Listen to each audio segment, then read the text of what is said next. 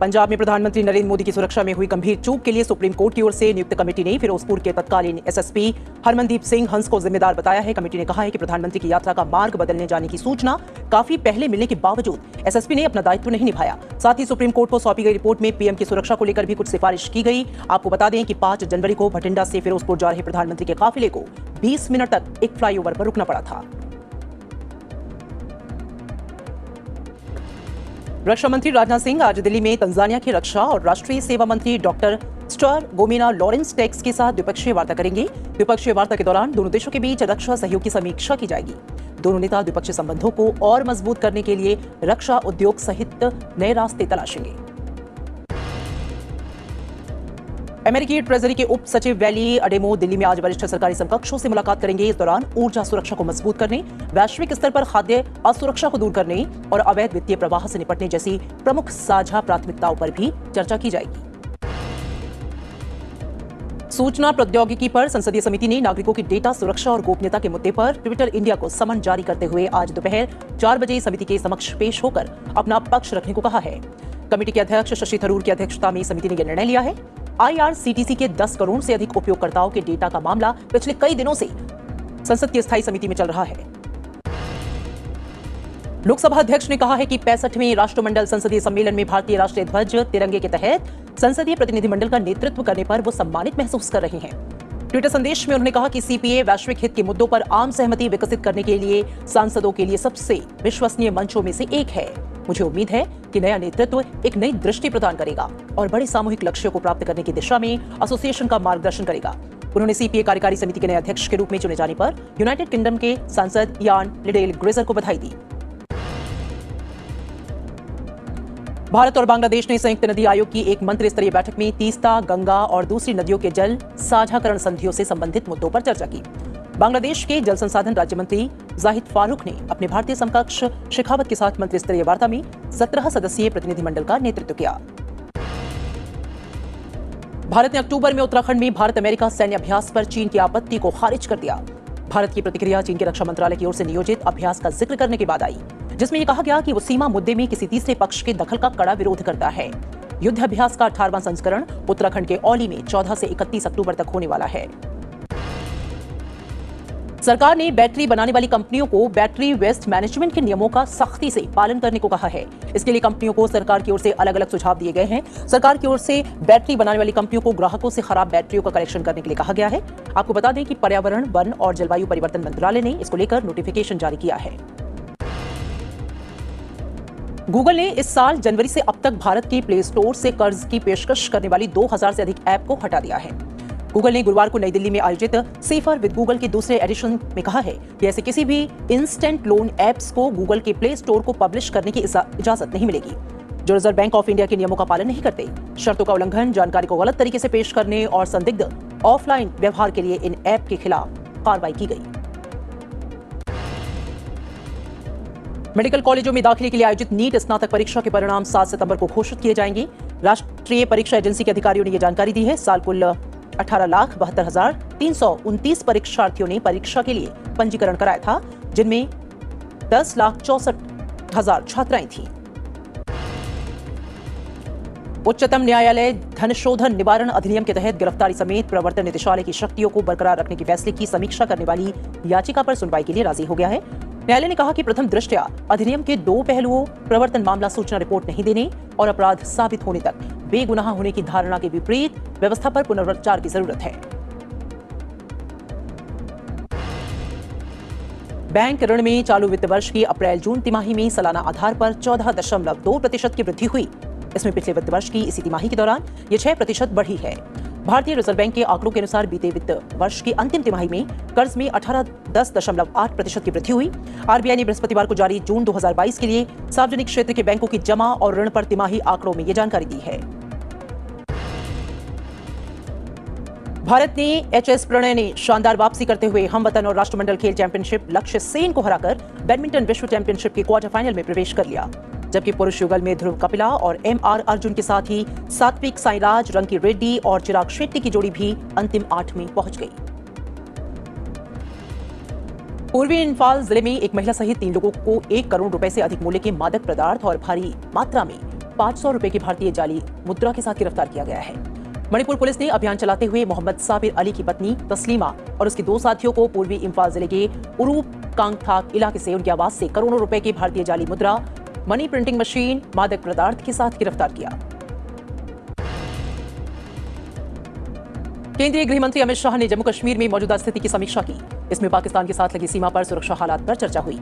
ये बैठक हाल में सुरक्षा कर्मियों पर हमले, घुसपैठ की कोशिशों और केंद्र शासित प्रदेश में टारगेट किलिंग की घटनाओं के बीच हुई। जम्मू कश्मीर में पिछले 4 दिनों में सीमा पार से आतंकवादियों की ओर से घुसपैठ की करीब 3 कोशिशें की गई। बैठक में एनएसए अजीत डोभाल, जम्मू कश्मीर के उपराज्यपाल मनोज सिन्हा, केंद्रीय गृह सचिव, सेना, खुफिया और सुरक्षा एजेंसियों के प्रमुख मौजूद रहे। जम्मू कश्मीर के उरी सेक्टर में नियंत्रण रेखा पर सुरक्षा बलों ने घुसपैठ की कोशिश को नाकाम करते हुए 3 आतंकवादियों को मार गिराया। उत्तरी कश्मीर के बारामूला जिले के उरी सेक्टर में कमलकोट इलाके में मदियान नामक चौकी के पास घुसपैठ की कोशिश को नाकाम कर दिया गया। जम्मू कश्मीर के बांदीपोरा जिले में सुरक्षा बलों ने आतंकवादियों की कथित तौर पर मदद करने वाले 2 व्यक्तियों को गिरफ्तार किया है। दिल्ली की सियासत में मची उठापटक और बवाल के बीच केजरीवाल सरकार ने आज विधानसभा का 1 दिवसीय विशेष सत्र बुलाया है। जानकारी के मुताबिक सत्र में दिल्ली सरकार के द्वारा शिक्षा, स्वास्थ्य, परिवहन, पर्यावरण जैसे क्षेत्रों में किए जा रहे कार्यों की सराहना की जाएगी। साथ ही सदन में इस बात पर भी चिंता व्यक्त की जाएगी कि पिछले कुछ दिनों में कुछ कथित ताकतें दिल्ली सरकार द्वारा किए जा रहे विकास के कामों के खिलाफ माहौल तैयार कर रही हैं। आज बिहार विधानसभा के विशेष सत्र का अंतिम दिन है। आज ही विधानसभा अध्यक्ष का चुनाव होगा। राजद विधायक अवध बिहारी चौधरी स्पीकर बनना उनका तय माना जा रहा है। महागठबंधन के पास इसके लिए पर्याप्त संख्या में बल है। स्पीकर के चुनाव हो जाने के बाद और सत्र की कार्यवाही पूरी होने के बाद सत्र को अनिश्चितकाल के लिए स्थगित किया जाएगा। भारतीय जनता पार्टी के प्रदेश अध्यक्ष बंदी संजय कुमार द्वारा की जाने वाली प्रजा संग्राम यात्रा के 3रे चरण के समापन के अवसर पर आज वारंगल में एक विशाल जनसभा आयोजित होगी। पार्टी विशाल जनसभा के लिए 2 लाख लोगों को जुटाने की कोशिश कर रही है, जिसे पार्टी के राष्ट्रीय अध्यक्ष जेपी नड्डा संबोधित करेंगे। नोएडा स्थित ट्विन टावर के ध्वस्तीकरण की तैयारियां पूरी हो चुकी हैं। नोएडा अथॉरिटी की सीईओ रितु माहेश्वरी के अनुसार सुपरटेक के अवैध ट्विन टावरों को गिराने की तैयारी की अंतिम समीक्षा गुरुवार को की गई और 28 अगस्त को दोपहर 2:30 बजे तय कार्यक्रम के अनुसार उन्हें ध्वस्त किया जाएगा। महाराष्ट्र विधानसभा का मॉनसून सत्र कल गुरुवार को समाप्त हो गया। राज्य में विधानसभा का मॉनसून सत्र 17 अगस्त से शुरू हुआ था। राज्य की दूसरी राजधानी नागपुर में शीतकालीन सत्र 19 दिसंबर से शुरू होगा। जम्मू कश्मीर में प्रशासन ने जानवरों में लंपी रोग के संक्रमण पर एडवाइजरी जारी की है। जिले में डेयरी पशुओं के एक स्थान से दूसरे स्थान पर आवाजाही और परिवहन पर पूर्ण रूप से प्रतिबंध लगा दिया गया है। निर्वाचन आयोग ने झारखंड के राज्यपाल रमेश बैस को उस याचिका पर अपनी राय भेज दी है जिसमें दावा किया गया है कि मुख्यमंत्री हेमंत सोरेन ने एक खनन पट्टे का विस्तार अपने लिए करके जनप्रतिनिधि कानून का उल्लंघन किया। खबर है कि आयोग ने अपनी राय सीलबंद लिफाफे में झारखंड के राजभवन को भेज दी है। झारखंड के राज्यपाल ने इस मामले में चुनाव आयोग से राय मांगी थी। इस मामले में याचिकाकर्ता ने जनप्रतिनिधि कानून की धारा 9A का उल्लंघन करने के लिए हेमंत सोरेन को विधायक के तौर पर अयोग्य ठहराने की मांग की। हालांकि राज्यपाल रमेश बैस और मुख्यमंत्री हेमंत सोरेन ने इस बारे में कोई जानकारी होने से इनकार किया। केंद्रीय मंत्री नितिन गडकरी, सर्बानंद सोनोवाल और वीके सिंह की मौजूदगी में मल्टी मॉडल लॉजिस्टिक पार्क के विकास के लिए राष्ट्रीय राजमार्ग रसद प्रबंधन लिमिटेड, भारतीय अंतर्देशीय जलमार्ग प्राधिकरण और रेल विकास निगम लिमिटेड के समझौता ज्ञापन पर हस्ताक्षर किए गए। उत्तर प्रदेश के मुख्यमंत्री योगी आदित्यनाथ ने लखनऊ में 42 इलेक्ट्रिक बसों का शुभारंभ किया। उन्होंने कहा कि नगरीय क्षेत्रों में सार्वजनिक परिवहन वायु और ध्वनि प्रदूषण से मुक्त होना समय की मांग है। देवेश चंद्र ठाकुर को बिहार में विधान परिषद के निर्विरोध सभापति चुने जाने पर बधाई दी गई है। उन्होंने कल सभापति पद के लिए अपना नामांकन पत्र दाखिल किया था। तेलंगाना पुलिस ने आपत्तिजनक टिप्पणी के मामले में बीजेपी से निलंबित विधायक टी राजा सिंह को निवारक विरोधक प्रावधान के तहत फिर से गिरफ्तार कर लिया है। सुप्रीम कोर्ट ने बिल्किस बानो मामले में आजीवन कारावास की सजा भुगत रहे 11 दोषियों की रिहाई को चुनौती देने वाली याचिका पर केंद्र और गुजरात सरकार से जवाब दाखिल करने को कहा है। बीजेपी ने उत्तर प्रदेश और त्रिपुरा के लिए अपने नए प्रदेश अध्यक्ष का ऐलान किया। पार्टी ने उत्तर प्रदेश में भूपेंद्र सिंह को पार्टी का नया प्रदेश अध्यक्ष नियुक्त किया है। भूपेंद्र सिंह विधान परिषद सदस्य हैं। वो राजीव भट्टाचार्य को पार्टी की त्रिपुरा इकाई का अध्यक्ष नियुक्त किया गया है। साथ ही बीजेपी ने सौदान सिंह को हिमाचल प्रदेश का मुख्य चुनाव प्रभारी और देवेंद्र सिंह राणा को चुनाव सह प्रभारी नियुक्त किया है। दिल्ली हाईकोर्ट ने सीसीआई की जांच के खिलाफ व्हाट्सएप और फेसबुक की याचिका को खारिज कर दिया है। याचिका सीसीआई के आदेश से की जा रही जांच को चुनौती देने के अनुरोध को खारिज करने के विरोध में दायर की गई थी। शिमला के अंतर्राष्ट्रीय फिल्म महोत्सव का 8वां संस्करण आज से शिमला में आयोजित किया जाएगा। ये आयोजन 28 अगस्त 2022 तक गेयटी थिएटर में चलेगा। इस बार अभिनेत्री दिव्या दत्ता सेलिब्रिटी गेस्ट के तौर पर शिरकत करेंगी। राजस्थान के कई इलाकों में भारी बारिश, नदियों में पानी की बढ़ी आवक और बांधों के फाटक खोले जाने के कारण कई इलाकों में बाढ़ जैसे हालात बने हैं। इससे सबसे अधिक कोटा, झालावाड़, बूंदी जिले प्रभावित हैं। प्रभावित इलाकों में राहत और बचाव का काम किया जा रहा है। वायुसेना की मदद ली जा रही है और इसी बीच मौसम विभाग ने अगले कुछ दिनों में कुछ इलाकों में हल्की से मध्यम बारिश होने की संभावना जताई है। राजस्थान के मुख्यमंत्री अशोक गहलोत ने राज्य के बाढ़ग्रस्त इलाकों का हवाई सर्वेक्षण किया है, स्थिति का जायजा लिया है। इसके बाद उन्होंने कोटा जिले में राजस्थान मध्य प्रदेश सीमा पर अतिवृष्टि के कारण बनी स्थिति का भी मुआयना किया। मध्य प्रदेश के कई जिलों में बाढ़ की स्थिति में सुधार हो रहा है। हालांकि बैक वाटर के कारण भिंड और मुरैना में चंबल नदी का जलस्तर बढ़ा है, लेकिन स्थिति नियंत्रण में है। बाकी इलाकों में बाढ़ का पानी घट गया है। फिलहाल अधिकारी चंबल में बढ़ते जलस्तर पर नजर बनाए हुए हैं। निचले स्थान में रह रहे लोगों को वहां से हटाकर राहत शिविरों में पहुंचा दिया गया है।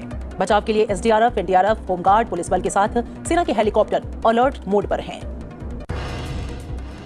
उत्तर प्रदेश के कई इलाकों में नदियों का जलस्तर बढ़ गया है। प्रयागराज में गंगा नदी का जलस्तर खतरे के निशान तक पहुंच गया है। बाढ़ का पानी निचले इलाकों में घुस गया है, जिसके बाद वहां से लोगों को निकालकर सुरक्षित स्थानों पर पहुंचाया गया।